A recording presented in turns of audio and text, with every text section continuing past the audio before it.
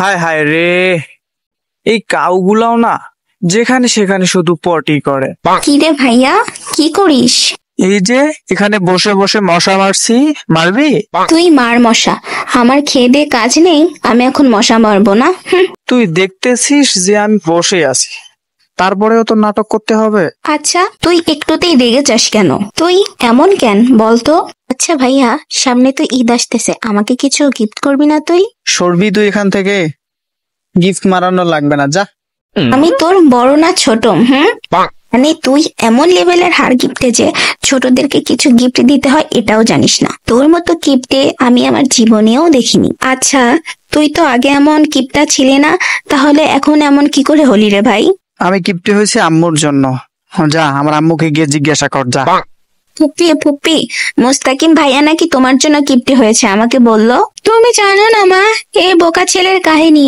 ও এতটাই বোকা যে তোমাকে বলে বোঝাতে পারবো না। কি হয়েছে ফুপি, আমাকে বলো না প্লিজ, বলো না। তুমি জানো না মা, ও ছোটবেলায় একবার আমাকে বলেছিল আম্মু আমি লুঙ্গি পরবো।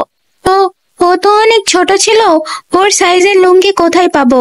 তাই আমি আমার একটা ওড়না কেটে ওকে লুঙ্গি বানিয়ে দিয়েছিলাম।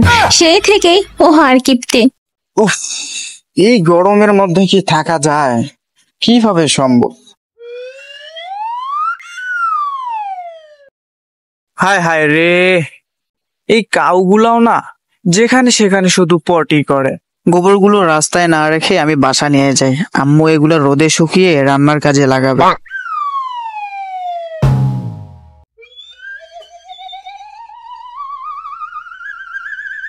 আরে এগুলা কি? আমি তো স্বপ্ন দেখছি না তো? ভাইয়া এতগুলো মেহেন্দি আমার জন্য এনেছে। আরে ভাইয়াটা আমার কত ভালো, আমি শুধু শুধু ওকে কত কি শোনাইলাম। যাই, আগে ঝটপট করে মেহেন্দিগুলো হাতে দিয়ে নেই। কিন্তু ভাইয়া এটা ঠিক করেনি, মেহেন্দিগুলো এভাবে এখানে ফেলে রাখছে। ভাইয়া দেখ দেখ, আমি হাতে কি সুন্দর করে মেহেদি দিয়েছি। আরে আরে, তুই মেহেন্দি কোথায় পেলি? আমি তো মেহেন্দি আনিনি। তুই তো এখানে ফেলে রেখেছিলি মেহেন্দিগুলো। হায় হায়, তুই এটা করেছিস কি? ওগুলা তো গোবর রেখেছিলাম আমি। কি?